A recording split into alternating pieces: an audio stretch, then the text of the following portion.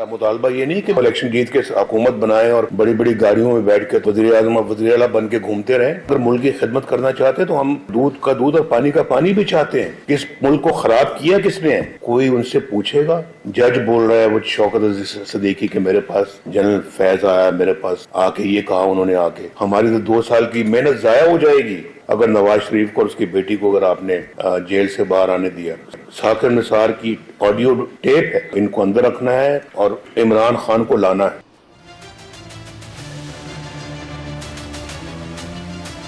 अस्सलाम वालेकुम नाज़रीन, आप देख रहे हैं प्रोग्राम दो टोक। मैं हूं करण नाज। मियां साहब के सीने में इंतकाम की जो लॉ है ना वो मुकम्मल तौर पर बुझ नहीं सकी है, क्योंकि उन्होंने मीनार पाकिस्तान पर पूरी कौम के सामने ये ऐलान किया था कि उनके दिल में इंतकाम की कोई तमन्ना नहीं है। लेकिन आज न सिर्फ उन्होंने इंतकाम की बात भी कर दी है, बल्कि जनरल फैज़ और साबिक चीफ जस्टिस साकिब निसार का नाम भी ले दिया है। अब सवाल यहाँ पर यह उठता है कि मियाँ साहब नाम लेकर इल्ज़ामात तो लगा रहे हैं, लेकिन किसी कानूनी कार्रवाई की दरख्वास्त क्यों नहीं देते हैं? एक और इम्पॉर्टेंट खबर है नाज़रीन जो कि पंजाब से आ रही है, और वो ये है कि सहकाम पाकिस्तान पार्टी और मुस्लिम लीग नून में बाज़ाब्ता तौर पर राब्ता हुआ है। गुज़िश्ता रात ये राब्ता हुआ है। जहांगीर तरीन ने मुस्लिम लीग नून के सदर शहबाज शरीफ से उनकी रिहाइशगाह पर मुलाकात की है और नून लीग से सीट एडजस्टमेंट का फैसला IPP अपनी CC के इजलास में करेगी। साथ ही एक और अहम खबर वो भी ज़रा सुन लीजिए, फिर ज़रा इस डिस्कशन को आगे बढ़ाएंगे। PTI के सीनियर रहनुमा हैं, साबिक वज़ीर ख़जाना रहे हैं शौकत तरीन साहब। इन्होंने सियासत को हमेशा के लिए खैरबाद कह दिया है, सेनेटरशिप से भी उन्होंने इस्तीफ़ा दे दिया है। एक और अहम खबर ये भी है कि मुल्क की सबसे बड़ी अदालत से जो खबर आ रही है वो ये है कि सुप्रीम कोर्ट ने फ़ौजी अदालतों के मामले पर इंट्रा कोर्ट अपीलें समाअत के लिए मुकर्रर कर दी हैं। 9 रुकनी बेंच 13 दिसंबर को दरख्वास्तों पर समाअत करेगा। इन्हीं सारे मौज़ूआत पर मामलात पर बात करने के लिए मेरे मुअज़्ज़ज़ मेहमानों में आज मुझे पाक नून के सीनियर रहनुमा है निहाल हाशमी साहब ज्वाइन कर रहे हैं। इसके साथ साथ पाकिस्तान पीपल्स पार्टी के सीनियर रहनुमा है सरदार नबील कबूल साहब ज्वाइन कर रहे हैं, और इसके साथ साथ IPP के सीनियर रहनुमा है खुर्रम हमीद रोखड़ी साहब। मेरे साथ तीनों मेहमान मौजूद हैं। आप तीनों की मैं शुक्रगुजार हूँ। अस्सलाम वालेकुम। अगर आप दोनों मुझे इजाज़त दें, निहाल हाशमी साहब से ज़रा मैं बात का आगाज़ करना चाह रही हूँ, क्योंकि ख्वाहिश का इजहार और मियाँ साहब की जानिब से किया गया है। निहाल हाशमी साहब फरमाइएगा। सर, मियाँ साहब कह रहे थे कि वो कहते हैं बल्कि कि वो सिर्फ इक़्तिदार नहीं बल्कि एहतिसाब भी चाहते हैं, और ये उनकी ख्वाहिश है या मुतालबा, ये ज़रा आप फरमा दीजिएगा। फिर सर उसके साथ साथ उस ऐलान का क्या होगा, ये क्या हुआ जो उन्होंने वतन वापसी के साथ ही मीनार पाकिस्तान पे किया था कि उनके दिल में इंतकाम की कोई ख्वाहिश नहीं है? सर बिस्मिल्लाहिर्रहमानिर्रहीम। उससे इजाफा करके आपको और बता देता हूँ, जो आपके 2 सवाल थे और अपने तरफ से एक सवाल और बता देते हैं। जो आपने 2 पूछे वो दोनों बताऊँगा मैं। मियाँ मोहम्मद नवाज शरीफ ने कहा था वोट को इज़्ज़त दो, इंशाल्लाह वोट को इज़्ज़त दिया जाएगा, और 8 फरवरी के जब इलेक्शन होगा तो उसमें वोट को इज़्ज़त दिया जाएगा, जिससे अवाम अपने मुंतखब नुमाइंदों को मुंतखब करेंगे उनके कारकर्दगी की बुनियाद पर, उनकी कमिटमेंट की बुनियाद पर, उनके मंशूर पे बुनियाद पर। अब जहाँ तक आपने कहा कि मियाँ साहब ने कहा था इंतकाम नहीं, बिल्कुल मियाँ साहब के दिल में कोई इंतकाम नहीं है, ना वो इंतकाम लेंगे, ना इंतकाम लेने पे वो यकीन रखते हैं। उनकी सारी ज़िंदगी के ट्रैक रिकॉर्ड इस पे है कि वो कभी इंतकाम नहीं लेते, अपने अल्लाह पे अपने मामलात छोड़ देते हैं, और अल्लाह मुसब्बिल असबाब है, अल्लाह ताला असबाब पैदा कर देता है। अब आपने जो कहा एहतिसाब, मियाँ साहब बहैसियत कायद, बहैसियत रिफॉर्मर, बहैसियत स्टेट्समैन, ये उनका फ़र्ज़ बनता है। आप जैसे तारीख़ पढ़ाते हैं ना, और तारीख़ की किताब हमारी लिखी जाती है हिस्ट्री में, और जैसे आप अखबार में लिखते हैं मादी की भी बात, हाल की भी बात और मुस्तकबिल की भी पोशन गोइयाँ करते हैं, तो मियाँ साहब वो हवाले से बात कर रहे हैं कि हमें तो सर ये इक़्तिदार नहीं बल्कि एहतिसाब भी चाहते हैं, तो ये अल्लाह से ख्वाहिश का इजहार कर रहे हैं मियाँ साहब पब्लिकली, या फिर किसी और तरफ इशारा कर रहे हैं? सुन तो अरे आप सुन तो लेना, आपने मुझे बोलने नहीं दिया, बीच में टोक दिया। नहीं, एक अल्लाह का निज़ाम है। देखिए, अल्लाह के निज़ाम में जब आप गुनाह करते हैं तो वो माफ़ी की गुंजाइश होती है, अल्लाह ताला माफ़ भी कर देता है और कहता है मैं गफूर रहीम हूँ, माफ़ कर दूंगा। एक इंसानी निज़ाम है हमारे, जो हमारे कॉन्स्टिट्यूशन है, सबसे बड़ा आइन है, उसके बाद क्रिमिनल प्रोसीजर कोड है, इसके बाद सिविल प्रोसीजर कोड है, फिर बैंकिंग लॉ है, फिर ADC लॉ है, फिर मुख्तलिफ कानून है।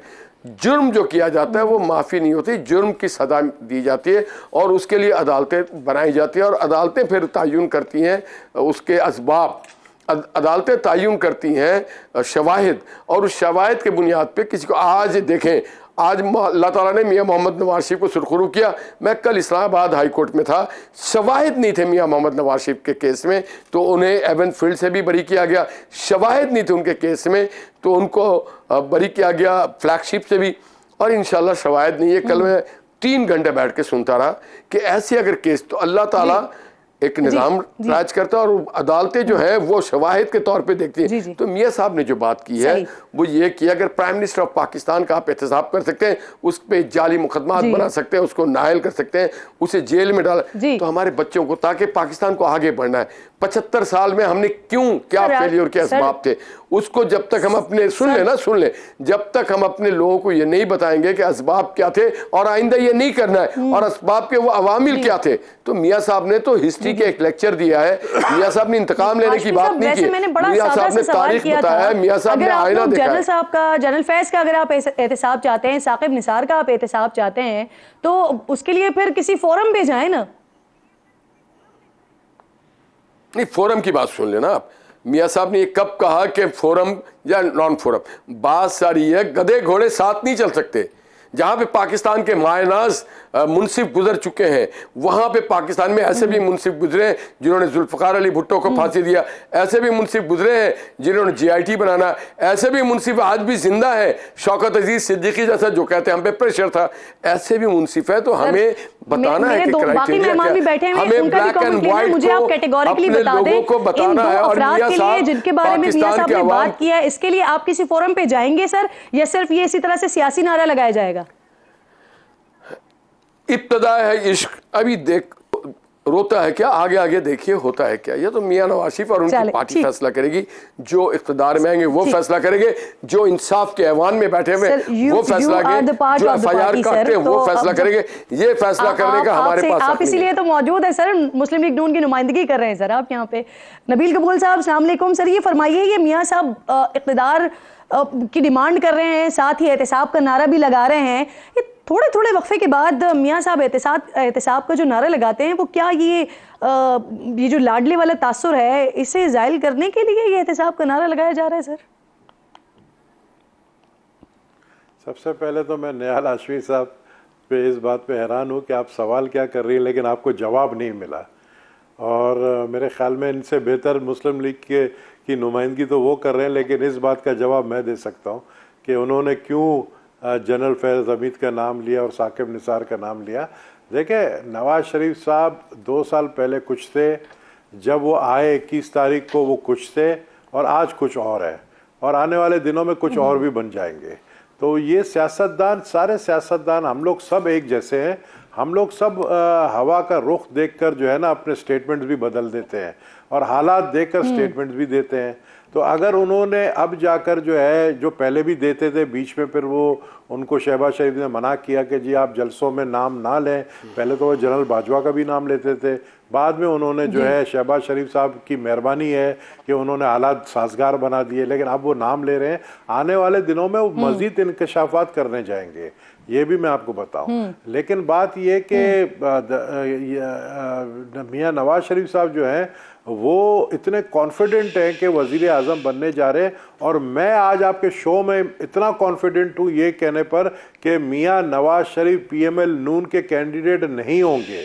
ये भी आज मैं बता दूं, PML नून का कैंडिडेट शहबाज शरीफ साहब होंगे, और इसलिए होंगे कि उन्होंने जिस तरीके 16-18 महीने में जो रास्ता बनाया नवाज शरीफ साहब के आने का, वो कोई और नहीं बना सकता था। उनके ताल्लुकात बड़े अच्छे हैं, वो दोस्त रखना जानते हैं, वो जानते हैं कि कोई ऐसी बात मैं ना करूं जिससे हमारे दोस्त नाराज़ हो जाएं।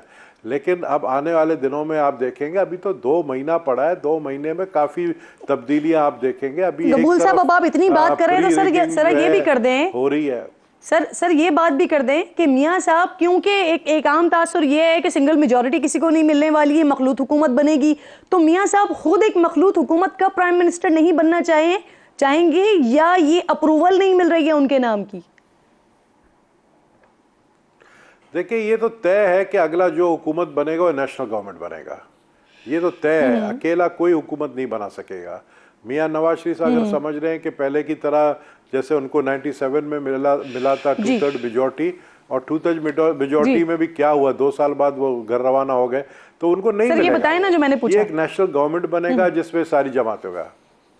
जी जी, तो यही मैं बताने जा रहा हूँ ना कि वो अगर 2/3 मेजोरिटी उनको नहीं मिलेगा, फिर भी वो वजीर आजम के ख्वाहिशमंद जरूर होंगे। और इस सूरत हाल में अगर वजीर आजम नवाज शरीफ साहब नहीं बनने जा रहे तो फिर शहबाज शरीफ जो है वो PML नून का कैंडिडेट होगा। लेकिन इसका ये मतलब नहीं है कि PML नून को हुकूमत मिलने वाली है। नेशनल गवर्नमेंट में उसको ही हुकूमत मिलेगी जिसके वजह से हुकूमत बनेगी।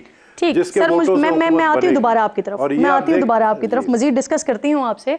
जरा खुर्रम साहब का कमेंट भी पहले आगाज में। खुर्रम साहब ये बताएं, ये पब्लिकली हुकूमत और एहतसाब का जो मुतालबा मियाँ साहब की तरफ से आ रहा है सर, ये हो किससे रहा है?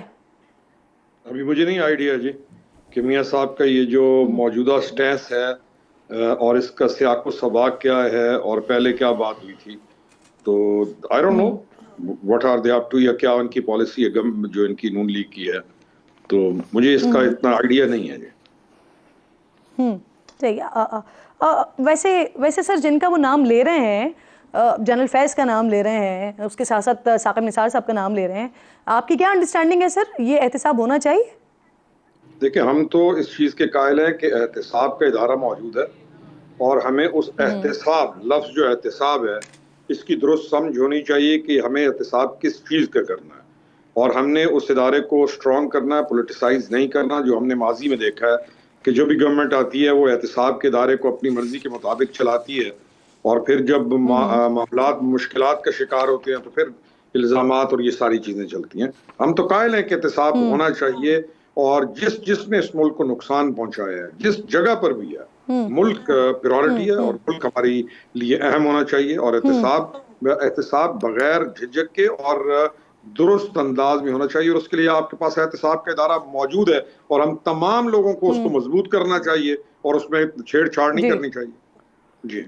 सही। अच्छा नबील कबूल साहब, सर ये कहिएगा, ये क्योंकि आपने एक बात छेड़ी है ना, तो मैं चाह रही हूँ उसी कॉन्टेक्स्ट में आपसे ये भी पूछ लूँ। सर गुज़िश्ता कुछ अरसे से ये खबरें चल रही हैं कि इलेक्शन के बाद जो अगला सेटअप होगा उसमें जो प्राइम मिनिस्टर होंगे वो नवाज शरीफ साहब होंगे, जो प्रेसिडेंट होंगे वो आसिफ अली जरदारी होंगे। लेकिन JUI कह रही है सर कि पीपल्स पार्टी जीते या मुस्लिम लीग नून जीते, जो सदर होगा वो मौलाना फजल रहमान साहब होंगे। सर देखिए, अगर पीपल्स पार्टी का प्राइम मिनिस्टर बनेगा और पीपल्स पार्टी का जो प्राइम मिनिस्टर का कैंडिडेट है वो ऑलरेडी डिक्लेयर है, वो बिलावल भुट्टो जरदारी होंगे। तो प्राइम मिनिस्टरशिप जी, बिलावल भुट्टो जरदारी साहब प्राइम मिनिस्टर के कैंडिडेट है पीपल्स पार्टी के। और हालात देखें, ये कभी पाकिस्तान में नहीं हुआ है कि आपको जो है पूरी मेजॉरिटी 97 के अलावा जो 2/3 मेजॉरिटी मिली थी नवाज शरीफ को, उसके बाद आपने देखा कि मखलूत हुकूमतें बनी हैं, 8-10 MQM से ले लिए, कुछ JUI से ले लिए, कुछ इधर से ले लिए, कुछ उधर से ले हुकूमत।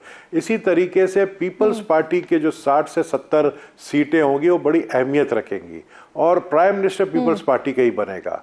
और इनको जो है जिस तरह हमने साथ दिया था पिछले 18 महीने, इनको इस दफ़ा जो है अपने, और ये बात हम पहले कर चुके हैं मुस्लिम लीग नून से, और इस बात को उन्होंने माना है कि जी बिल्कुल आपने साथ दिया, आपने हमें प्राइम मिनिस्टर बनाया, अगली दफ़ा हम आपके साथ जो है ताउन करेंगे।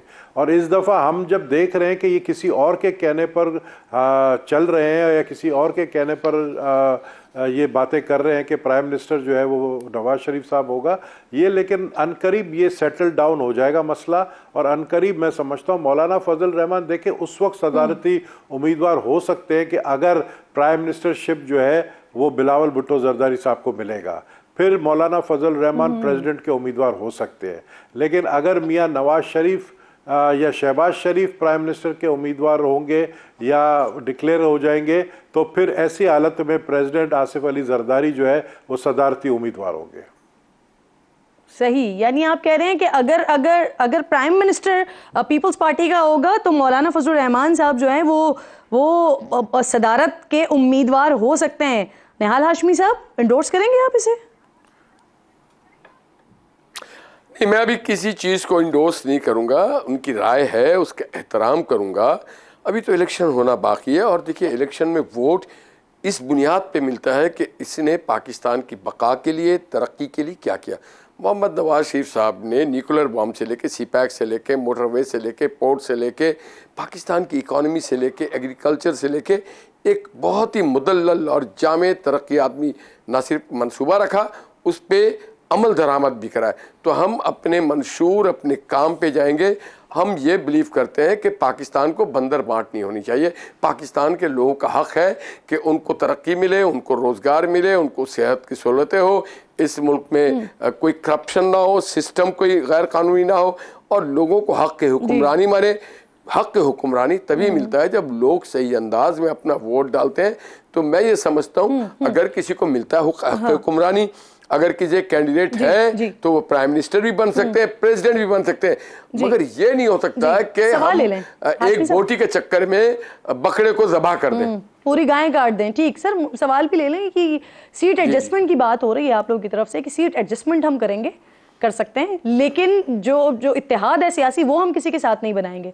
अब जब सर इतनी खुल के बातें हो रही हैं, अब यहाँ तक मामलात सामने आ रहे हैं, ये मखलूत हुकूमत होगी, किसका कितना हिस्सा होगा, ये सारी बातें सामने हो रही हैं सर, तो फिर मिलके ही लड़ लें, फिर इत्तेहाद ही बना लें सर? नहीं, देखिए हम सबके अलग अलग मंशूर हैं, हम सबके अलग अलग ट्रैक रिकॉर्ड हैं, हम सबके कमज़ोरियाँ और ताकत अलग अलग चीज़ें हैं। कल मैं कर रहा हूँ JUI से एक और मीटिंग हमारी सीट एडजस्टमेंट से, मैं ही यहाँ पे हेड कर रहा हूँ, जो दीगर पार्टी के लोग हैं उनके साथ। तो हम उनको देखते हैं, हम एक फार्मूला बनाते हैं कि जहाँ पे हम समझते हैं कि कोई मजबूत है, मौसर काम किया है, उसका मंशूर फाल है, बहुत सारी ऐसी चीज़ें ले करके हम आगे बढ़ते हैं, क्योंकि हम सब पाकिस्तानी हैं, हम सब इस मुल्क को मजबूत करना चाहते हैं। हम सब का अलग अलग नुक्ता नज़र है, हमारा अलग नुक्ता नज़र है, मगर हम ये चाहते हैं कि हम फसाद से हट के, लड़ाई झगड़े से हट के, नॉन वायलेंट होके एक दूसरे के मैंडेट का एहतराम करें और एक दूसरों को तरगीब दें कि आप शिकायत या किसी पे नेगेटिव कीचड़ उछालने के बजाय अपने बेहतर कारकर्दगी और अपने मंशूर और अपने प्रोग्राम को पेश करें, ताकि पाकिस्तान के अवाम को समझने में बेहतर हो कि ये पार्टी जो है ये माजी में क्या कर चुकी है, इस पार्टी ने क्या नहीं किया, इसका ट्रैक रिकॉर्ड पाकिस्तान के दिफा में, मईशत में, माशरत में, लॉ एंड ऑर्डर में कैसा है। तो हम उस ट्रैक रिकॉर्ड के साथ आगे बढ़ना चाहते हैं। ठीक, खुर्रम साहब ये फरमाइए सर, अगर ये जो मखलूत हुकूमत की बात हो रही है, अगर इसी तरह की हुकूमत बनती है, तो पहले तो ये है कि सर IPP इसका हिस्सा होगी, और जो कल शहबाज शरीफ साहब और जहांगीर तरीन साहब की मुलाकात हुई है, अब इसके बाद क्या सोच रही है IPP? अभी अलीम खान साहब का भी स्टेटमेंट सामने आया है, वो भी ये कह रहे हैं कि सियासी इत्तेहाद बनना कोई बुरी बात नहीं है। तो सर क्या सोच रहे हैं आप लोग आगे? किरण, इत्तेहाद बनने बुरी या अच्छी चीज बात तो बात की है ना। जो पोजीशन है वो ये है कि प्रोविंस के अंदर भी और सेंटर के अंदर भी आपको कोलिशन गवर्नमेंट्स नजर आ रही हैं, और इत्तेहाद डेफिनेटली बनने। अब सवाल ये है कि इत्तेहाद क्या कबल अज़ इंतखाब बनेंगे या इंतखाबात के बाद आप इत्तेहाद की तरफ जाएंगे। हमारे जैसे जो पॉलिटिशियंस हैं, जैसे अलीम खान ने कहा, उनका कहना यह है कि हम अपनी जो लोगों के दरमियान, जो हमारे जो मेन कंसर्निंग लोग हैं, उनके दरमियान हम इस बात को रखेंगे। यानी इट इज़ नॉट कि वन मैन डिसीजन है कि एक आदमी ने डिसीजन ले लिया, we will discuss the point, agenda आएगा वगैरह। कि मैं हमारे जैसे जो है पॉलिटिशियन, जो हम अपनी पार्टी में हम ये कहते हैं कि आप इंतखाब के बाद इत्तेहाद की बात करें। हमारी जो पोजीशन होगी, हम उस पोजीशन के मुताबिक हम गवर्न करेंगे, या पोजीशन गवर्न करेगी कि आपने किस लेवल पे किसके साथ इत्तेहाद करना है। हम दावा करते हैं कि हम पंजाब के अंदर गवर्नमेंट बनाएंगे, तो अब जब गवर्नमेंट बनाने के लिए हम पंजाब करेंगे सर जी, सीट एडजस्टमेंट करेंगे। मैं वही कह रहा हूं ना किरण, कि हमारे जैसे जो पॉलिटिशियंस हैं, हम कहते हैं आप सीट एडजस्टमेंट की तरफ ना जाएं, हम इंतखाबात के बाद इत्तेहाद की बात करेंगे।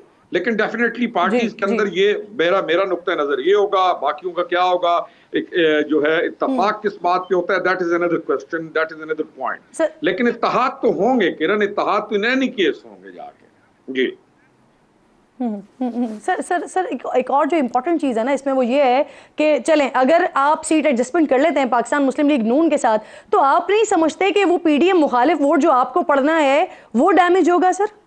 किरण, मैं यही कह रहा हूँ ना कि हमारे जैसे जो पार्टीज में लोग हैं, हम तो कह रहे हैं कि कोई एडजस्टमेंट नहीं होना चाहिए। आप इंतखाबात की तरफ जाएं, इंतखाब के बाद जाकर आप अपने मामलात को ठीक करें।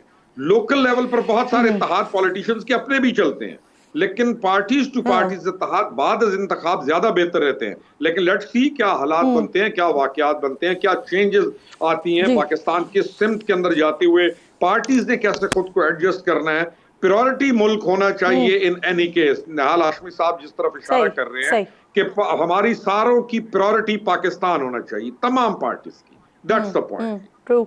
जी किरण, बिल्कुल सही कह रहे हैं आप, बिल्कुल सही कह रहे हैं आप। नबील कबूल साहब, ये फरमाइए सर जरा, ये शौकत तरीन साहब को भी बात कर लेते हैं। आज इन्होंने बड़ी एक लंबी चौड़ी जस्टिफिकेशन दी और फिर उसके बाद पार्टी को खैरबाद कर दिया। तो सर ये पीटीआई के वजीर ख़जाना से पहले ये आप लोगों के साथ हुआ करते थे, तो क्या कोई पॉसिबिलिटी है, वैसे तो वो सियासत भी छोड़ने की बात कर रहे हैं, लेकिन क्या ऐसा हो सकता है वो पाकिस्तान पीपल्स पार्टी में शमूलियत इख्तियार कर लें, या आप लोग दावत दें उन्हें बाज़ाब्ता? नहीं, शौकत तरीन साहब जो है ना वो कभी सियासतदान नहीं थे। शौकत तरीन साहब की ज़रूरत पड़ती थी एज अ फाइनेंस मिनिस्टर तो उनको बुला लिया जाता था। वो कभी भी सियासतदान नहीं रहे हैं। पीपल्स पार्टी को ज़रूरत थी तो उनको बुला लिया था। अभी इनको इमरान खान को ज़रूरत थी, उनको बुला लिया। अब आई थिंक कि वो रिटायरमेंट से भी काफ़ी ऊपर चले गए हैं, तो अब वो अपनी खिदमत जो है वो पेश नहीं करना चाहते हैं, तो इसलिए उन्होंने सियासत से खैराबाद अपने जो है कह दिया है। लेकिन वो मेरे ख्याल में कोई इतना बड़ा कोई बड़ी खबर नहीं है, क्योंकि शौकत तरीन एक पॉलिटिशियन नहीं, वो एक बैंकर है। और जब भी एज ए इकोनॉमिस्ट ज़रूरत पड़ती है, एज ए इकोनॉमिस्ट वो आ जाते हैं हुकूमत में। इसी तरीके से हमारे जो थे शेख साहब, वो शेख साहब भी जो है जिनका नाम आ रहा था केयर टेकर प्राइम मिनिस्टर के लिए, वो भी जब भी हफीज शेख की ज़रूरत पड़ती है उनको बुला लेते हैं। हमारी गवर्नमेंट में भी थे वो फाइनेंस मिनिस्टर, पीटीआई के गवर्नमेंट में भी थे। तो ये जो है ये चंद टेक्नोक्रेट्स हैं, ये टेक्नोक्रेट्स की ख्वाहिश थी कि पाकिस्तान में टेक्नोक्रेट हुकूमत बने, लेकिन चूंकि वो उस रास्ते पे नहीं चले, टेक्नोक्रेट हुकूमत बनने वाली या प्रेसिडेंशियल फॉर्म वाली हुकूमत की भी आपने तो मौजू ही बंद कर दिया ना सर थे। कि उनकी अब ज़रूरत नहीं है शायद पाकिस्तान पीपल्स पार्टी को। लेकिन बाकी दोनों जमातें वो क्या सोचती हैं? एक छोटा सा ब्रेक ले लेते हैं, ब्रेक के बाद से कंटिन्यू करते हैं।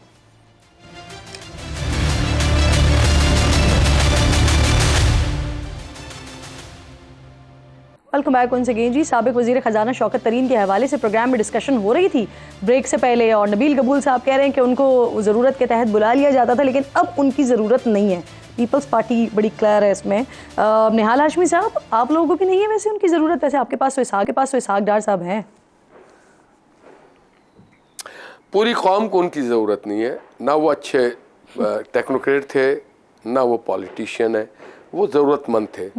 और उनको वो फ़न आता था कि वो किसी भी सियासी जमात में कैसे अपना हिस्सा डाल लेते थे और मईशत का काम ख़राब कर देते थे और बात करते थे हुब्बुल वतनी का। मुझे याद है 2013 में जब वो रायबंड में आए, मैंने उनसे एक दिन पूछा किधर भी थी, उन्होंने कहा साड़ी हुकूमत आ गई थे, बनाना है।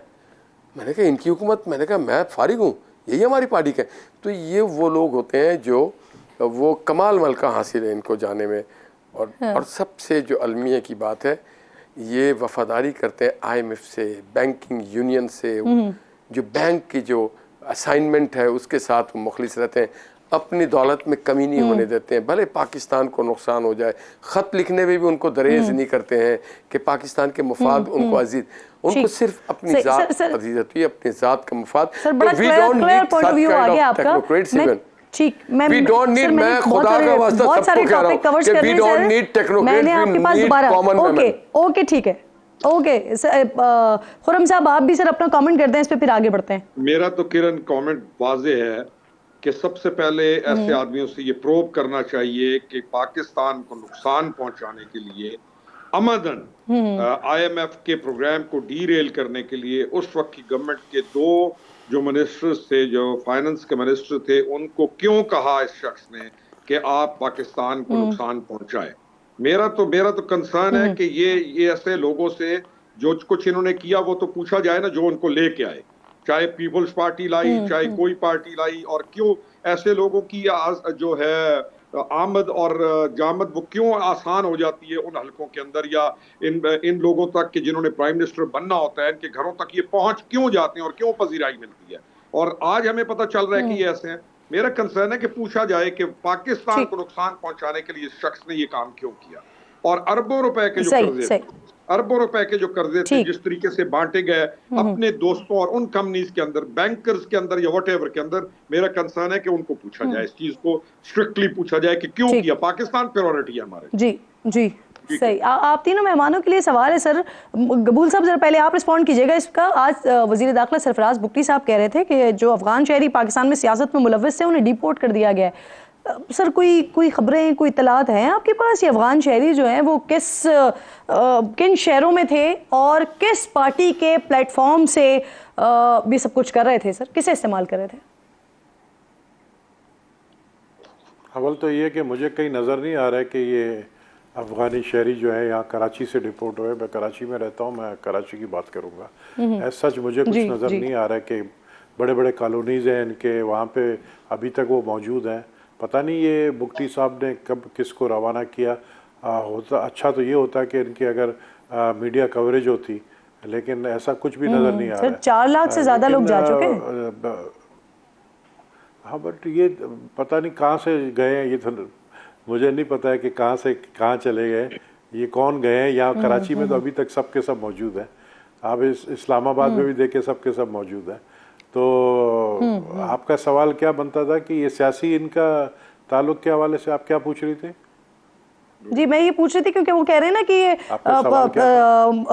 ये खबरें कुछ इस तरह की आ रही थी कि ये सियासी जमातों में के साथ थे। तो मैं आपसे ये पूछ रही थी कि किसके प्लेटफॉर्म को इस्तेमाल कर रहे थे? आपके इल्म में है कुछ? नहीं, ऐसा कुछ मैंने नहीं सुना कि सियासी जमात। देखे इनका जो अगर सियासी जमात की जो इनकी लाइकनेस थी वो पीटीआई की तरफ थी, और वो पीटीआई ने हमेशा जो उनके तालिबान का जो मौक़िफ़ था उसी को हमेशा टो किया है। तो उसके अलावा तो कोई और जमात का मुझे नहीं नज़र आ रहा। आप पीटीआई की पोजीशन आपके सामने है, तो जहाँ अफगानी जा रहे हैं, ये जो आप बात कर रहे हैं ना, इसकी कनेक्टिविटी बनती है। खुर्रम साहब शायद बेहतर जवाब इसका दे सकते हैं। खुर्रम साहब उस पार्टी में रहे हैं, करीब से देखा उन्होंने। खुर्रम साहब जो बात करें गबूल साहब, ये लाइकिंग जो थी वो पाकिस्तान तहरीक इंसाफ की तरफ थी, तो क्या कभी आपने ऐसा तासुर, ऐसा अंसर देखा कि पाकिस्तानी सियासत में पीटीआई का प्लेटफॉर्म इस्तेमाल कर रहे हो? देखिए किरण, पाकिस्तान की जो अफगान पॉलिसी थी वो उसी दौरे हुकूमत में इन्होंने बनाई कि इन लोगों को वापस भेजा जाए, और आज और इम्प्लीमेंट नहीं किया। आज एक अच्छे तरीके के साथ उस पॉलिसी को इम्प्लीमेंट करके उन लोगों को एक बड़े बाइज्जत तरीके के साथ वापस भेजा गया। अब इस मौके के ऊपर के जब वो वापस जा रहे हैं तो हम ये देख रहे हैं कि इस पार्टी का एक बीच में से मुनज़्ज़म तरीके के साथ इस चीज़ को भी कंट्रोवर्शियल करके एंटी पाकिस्तान या एंटी स्टेट एक नया एजेंडा प्रोवोक किया जा रहा है और लोगों को फिर उनके एहसासात, जज्बात के साथ खेला जा रहा है। दूसरी चीज़, मैं गबूल साहब की इस बात से इत्तफाक नहीं करूंगा कि लोग यहाँ पे मौजूद हैं। मैक्सिमम तादाद यहाँ से जा चुकी है। अब केपी के बाकी हमारे इलाकों के जो लोग कराची के अंदर रह रहे हैं, जो पश्तून हैं या बाकी हैं, उनको मिक्सअप ना किया जाए। बहुत बड़ी तादाद वापस चली गई है, सिस्टमैटिक तरीके के साथ लोग वापस जा रहे हैं, और ये एक बड़ा खुशाइंद और एक बड़ा अच्छा स्टेप है। और हम पाकिस्तान की, अफगानिस्तान की बहाली देखना चाहते हैं सी पैक और इन तमाम बड़े मंसूबों के तहत। तो बाकी ये और बड़ा क्लियर है सर कि जो इलीगल रेफ्यूजीज हैं वो जाएं, डॉक्यूमेंट बनाएं और अब आ सकते हैं दोबारा। पाकिस्तान को वेलकम करेगा। बिल्कुल ठीक सर। ठीक सर आगे बढ़ते हैं। फरमाइएगा निहाल साहब, ये जो सानिया 9 मई के हवाले से जो मफरूर मुल्जिमान हैं इस सानिया में मुलव्वस, उनके हवाले से असासों की तफसीलात तलब की गई हैं, और कुछ खबरें ये हैं कि JIT जायदादें मुंजमद करवाने के लिए अदालत जाएगी। सर आप समझते हैं कि ये इन अफराद की जायदादें ये जब्त होनी चाहिए? देखिए मैं आपको एक बात बताऊँ, सानिया 9 मई जो है वो पाकिस्तान की पॉलिटिकल तारीख में एक अनोखा और अजीब व गरीब वाक़या है जो होना नहीं चाहिए था। किसी भी मुहज़्ज़ब माशरे में जो पॉलिटिकल लोग हैं वो वायलेंट नहीं होते। वायलेंट जब होता है तो उसको पॉलिटिक्स से आप उसके साथ मैचअप नहीं कर सकते। जहाँ तक उनके साथ क्या होना चाहिए, नहीं होना चाहिए, ये इख्तियार मेरे पास नहीं। ये फ़ैसला करने का इख्तियार सिर्फ़ और सिर्फ पाकिस्तान के मुअज़्ज़ज़ अदालतों को है। और मैं समझता हूँ कि आज पाकिस्तान मैंने आपकी राय 2 लाख मैंने 2 टोक मैंने आपकी राय जानने के लिए पूछा है। देखिए मेरी राय में किसी के साथ नाइंसाफ़ी नहीं होना चाहिए। किसी का बेटा करे तो बाप को सजा नहीं, और बाप करे तो बेटे को नहीं, भाई करे तो भाई को नहीं। सर इतना सादा, हाशमी साहब इतना सादा सवाल है। 9 मई साने में मुलव्वस अफराद की जायदादें जब्त होनी चाहिए, नहीं होनी चाहिए, राय आपकी?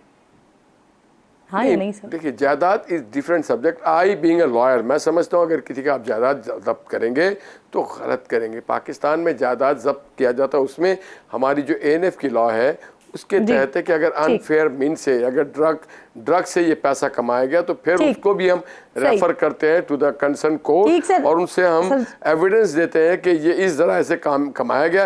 ये FATF के जिम्मे में तो नहीं आता है ना सर। इसीलिए आपसे कहा था कि अपनी राय दीजिए, क्योंकि मैं जानती हूं कि आप लॉयर भी हैं सर, अब कानूनी मामलात को बहुत अच्छे तरीके से जानते हैं। नबील कबूल साहब, सर आप अपनी राय दीजिए, होनी चाहिए जायदाद जब्त या नहीं सर? देखिए, मैं तो कहता हूँ ये 9 मई के वाक़े में जो मलौस है उनका तो एक एक्सट्रीम सज़ा होना चाहिए। उसमें जायदाद जब्त तो बहुत छोटी बात है, उससे ज़्यादा होना चाहिए।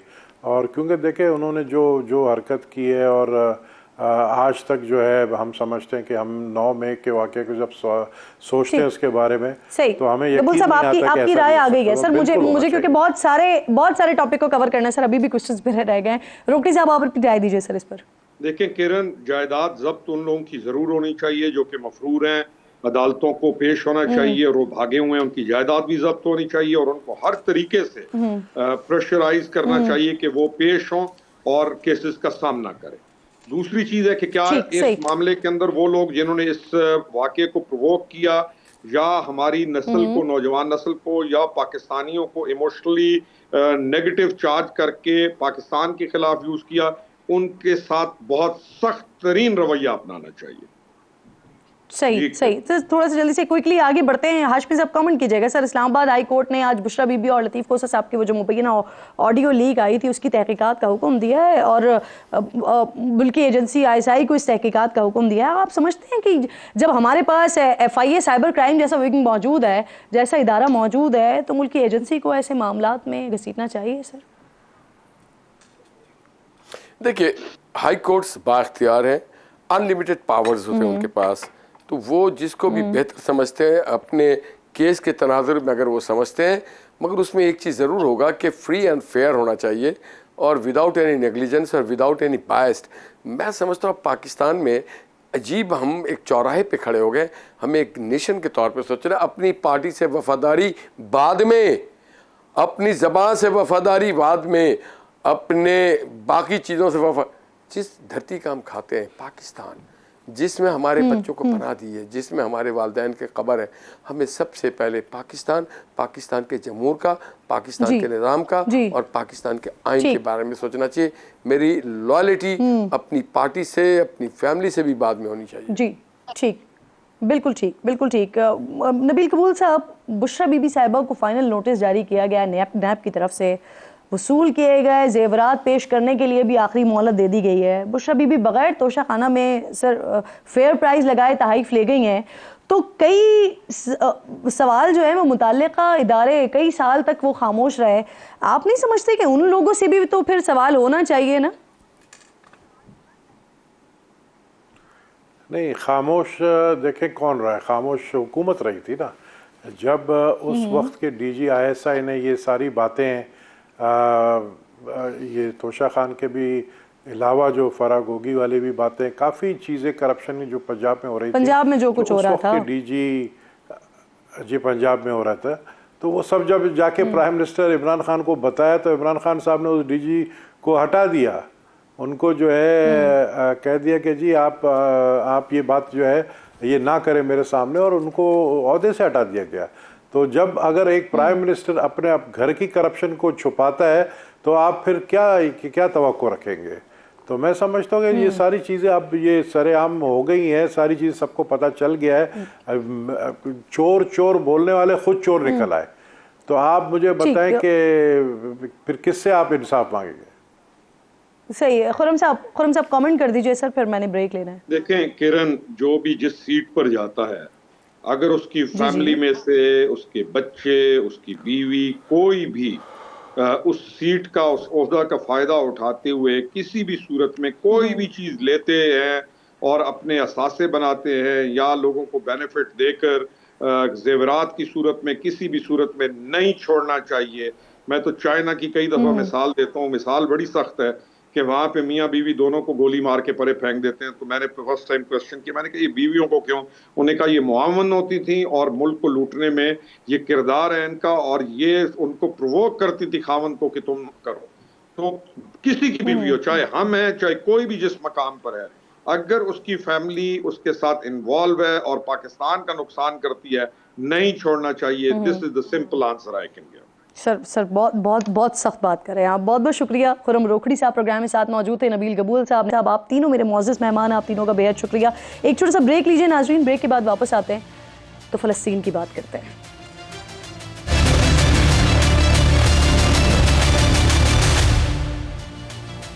प्रोग्राम में एक बार फिर आपको खुशामदीद कहूँगी। देर आयत दुरुस्त आयत। डेनमार्क की पार्लियामेंट ने कुरान करीम को नजर आतिश करने की नापाक जसारत बंद करने पर पाबंदी आयद कर दी है। कुरान कानून का नाम दिए गए बिल पर गुज़िश्ता रोज़ पार्लियामेंट में बहस हुई है, जिसके बाद कानून के हक़ में 94 और मुखालिफत पे 77 वोट आए हैं। डेनमार्क की मलिका मार्गरेट के दस्तखत के बाद ये बाकायदा कानून बन जाएगा। नए कानून के मुताबिक खिलाफ वर्जी के मुर्तकिब अफराद को जुर्माना और 2 साल तक कैद की सज़ा सुनाई जा सकती है। डेनमार्क और स्वीडन में गुज़िश्ता चंद माह के दौरान कुरान करीम की बेहुरमती के पै दर पै वाक़यात पेश आए, जिसके खिलाफ दुनिया भर में मुजाहरे हुए। पाकिस्तान, ईरान और इराक समेत कई ममालिक में हज़ारों अफराद सड़कों पर निकले। मुस्लिम ममालिक के हुक्मरानों ने डेनमार्क और स्वीडन से इन वाक़यात के रोकथाम का मुतालबा किया। रवा बरस 20 जुलाई को कुरान करीम की बेहुरमती के मुसलसल वाक़यात के बाद इराक में हज़ारों अफराद ने स्वीडिश सफारत खाने पर हमले के बाद इमारत को नजर आतिश कर दिया था, जिसके बाद डेनमार्क की इंटेलिजेंस सर्विस ने अपनी हुकूमत को खबरदार किया कि कुरान करीम की बेहुरमती के वाक़यात से उनके मुल्क में दहशत गर्दी के खदशात में इजाफा हो रहा है। यानी यहाँ भी बुनियादी नुक्ता मुक़द्दस किताब की बेहुरमती और उससे करोड़ों मुसलमानों की दिल आज़ारी को रोकना नहीं है, बल्कि इससे पैदा होने वाले रद्द अमल के ख़तरे को कम करना है। अब डेनमार्क की देखा देखी स्वीडन ने भी कुरान पाक की बेहुरमती रोकने के लिए कानून साजी का फैसला कर लिया है। पाकिस्तान ने कानून साजी का खैर मकदम किया है। निगरां वज़ीर ख़ारजा जलील अब्बास जिलानी ने ट्वीट करते हुए लिखा कि पार्लियामेंट का अक़लमंदाना फैसला है। उम्मीद है कि दीगर यूरोपीय ममालिक भी ऐसे क़वानीन पास करेंगे। मुक़द्दस किताबों की बेहुरमती तमाम मज़ाहिब के अक़ाइद के ख़िलाफ़ है, चाहे ये इज़हारे राय पर के पर्दे के पीछे ही क्यों ना जाए। उम्मीद है कि इस कानून के बाद इन वाक़यात में कमी आएगी। अब ज़रा थोड़ा सा आगे बढ़ते हैं और फ़लस्तीन की बात करते हैं, जहाँ फ़लस्तीन का इस वक्त सिर्फ एक रंग है, सुर्ख रंग। अहले गज़ा की बस एक तस्वीर है, तबाही की तस्वीर। फ़लस्तीनियों के सामने बस एक ही हकीकत है, हर तरफ से बरसती मौत।